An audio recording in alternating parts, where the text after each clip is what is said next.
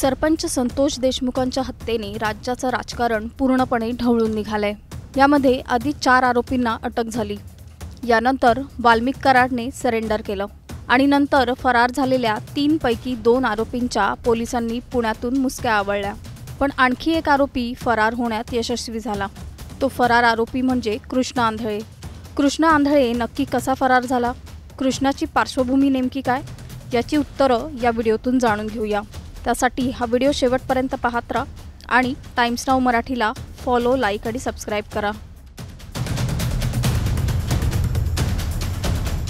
9 डिसेंबरला सरपंच संतोष देशमुखांची अमानुष हत्या करण्यात आली।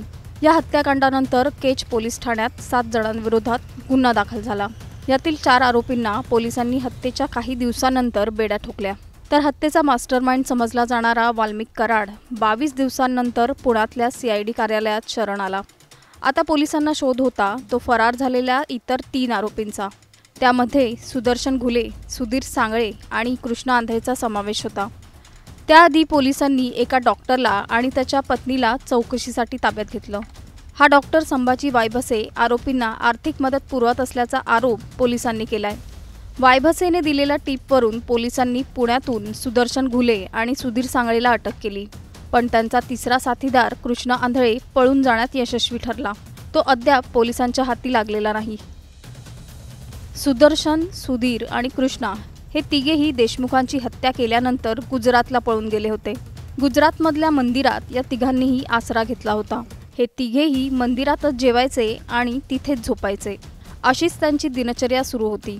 अशातच सुदर्शनकडचे पैसे संपले म्हणून सुदर्शन आणि सुधीरने कृष्णाला पैसे आणण्यासाठी पाठवलं। पण कृष्णाच्या भरोशावर न राहता सुदर्शन आणि सुधीर दोघेही पुण्याला आले आणि पोलिसांनी लावलेल्या ट्रॅपमध्ये दोघे अलगद सापडले। पण कृष्णा पळून जाण्यात यशस्वी ठरला। सध्या CID पोलीस या कृष्णा आंधळेच्या मागावर आहेत।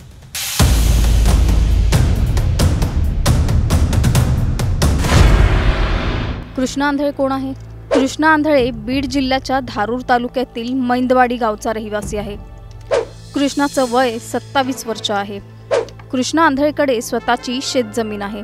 त्याचसोबत वीटभट्टीवर काम करणाऱ्या कामगारांची टोळी आहे आणि या टोळीचा तो मुकादम असल्याचं बोललं जातं।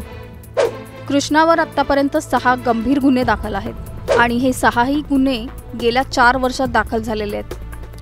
2020 मध्ये कृष्णा आंधळेवर पहिला गुन्हा दाखल झाला। कृष्णावर हत्या, धमकी देणं, हाणामारी करणं, खंडणी असे गुन्हे दाखल आहेत। कृष्णा आंधळेवर 2023 मध्ये हत्येचा प्रयत्न केल्याचा गुन्हा दाखल झालाय। आश्चर्याची बाब म्हणजे या गुन्ह्यात त्याला अटकही झाली नव्हती।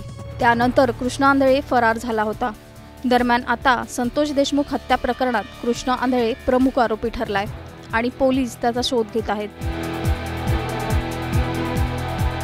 आम्ही बोलतोय की आता ही 6 तारखेला झालं, 6 तारखेची सुरुवात तिथून झाली, 9 तारखेला डायरेक्ट मर्डर झाला। पण त्याची जी प्रथमदर्शी जेवढ्यावर आरोप दाखल केला आहे ते सुद्धा आणखी एक आरोपी त्याच्यात फरार आहे, ते सापडत नाही आहे। मग SIT नेमली म्हणतात, CIDकडे तपास आहे, CID करते काय, कोण करते काय, आणखी कुणी कुणाचे मोबाईल सापडले नाही म्हणतात। मग मोबाईल कुठे गेले, तर मोबाईल जर गेले तर यांचे मग आरोपीला तुम्ही PCR घेता कशाला? कुठल्या तपासासाठी PCR पाहिजे? मग PCR घेता तर त्या PCRमध्ये त्याचे जी काय डिटेल्स पाहिजे तुम्हाला एवढ्या दिवसात 15-15, 20-20 दिवस का मिळत नाही आहे? नाही मिळत तर मग त्याने कुठं मोबाईल ठेवला, कुठं गेलता? जे आरोप घडला तेव्हापासून तो आरोपी कुठं होता याची जर माहिती काढली पोलिसांनी खरं तर 1 दिवसात 2 दिवसात होईल राव। नाहीच झालं तर मग आरोपी जर ह्यांना खरंच सांगत नसले तर द्या जनतेकडे, जनता काढीन आता त्यांच्याकडून हुडून। वाल्मिक कराड याचा विश्वासू विष्णू चाटे याच्याशी कृष्णा आंधळेची ओळख झाली। त्यातूनच कृष्णाला राजकीय आणि आर्थिक व्यवहारात काम करण्याची संधी मिळाली। मुकादम, राजकीय नेते, पक्षाचं काम आणि व्यवहार सांभाळण्यात कृष्णा तरबेज झाल्याचं बोललं जातं। दरम्यान पोलिसांच्या हातावर तुरी देऊन फरार झालेल्या कृष्णा आंधळेला पोलीस लवकरात लवकर शोधून काढतील। तुम्हाला काय वाटतं? आम्हाला कमेंट करून सांगा।